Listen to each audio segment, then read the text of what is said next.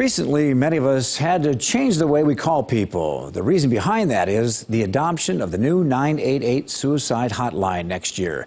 In tonight's Eye on Keloland, Tom Hansen talks with a Mitchell native and now mental health advocate in Minnesota who says the new hotline will be a game changer. It's a disease of the mind. It's a chemical imbalance in your brain. Becky Scheig knows what it's like to care for someone with mental health challenges and suicidal thoughts. She noticed her son Andrew struggling as early as grade school. At first, it was OCD. He was very concerned about germs. He was washing his hands a lot. He wouldn't touch things. He was concerned about, like, if we would go to the gas station and fill up with gas, would the fumes make him sick? As Andrew got a bit older, they saw some significant changes. You could see the anxiety in him was just, it was horrible. And we took him back to a psychologist, and he was diagnosed with OCD and severe depression.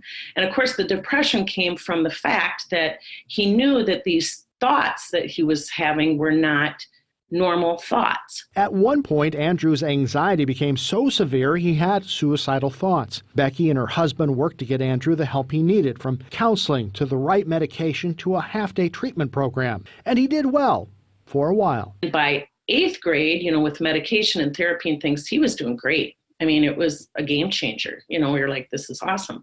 But with mental health, and addiction, it doesn't go away.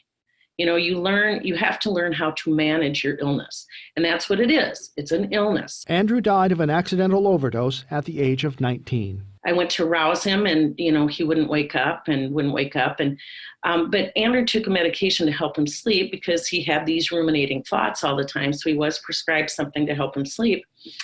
And he didn't wake up. And then I felt his face, and it was cold to the touch. He had been dead for a while.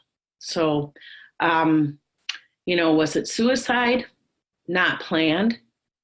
Accidental overdose, yes. But did his mental health cause this? Absolutely.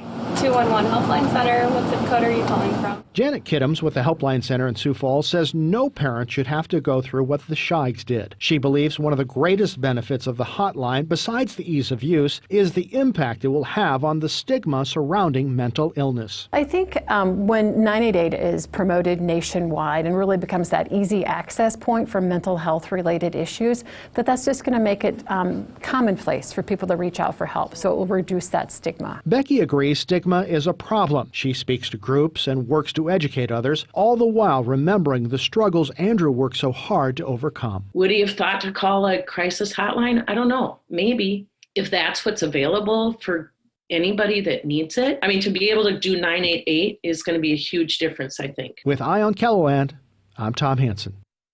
By July 16th of next year, dialing 988 will route your call to the National Suicide Prevention and Mental Health Crisis Lifeline. Now, some systems are already transitioning to 988. Texting for help will also be available. Coming up on this week's Inside Keloland, we're going to talk with the Helpline Center about all the ways 211 can help you or a loved one this winter and how you can get involved in volunteering during the holidays.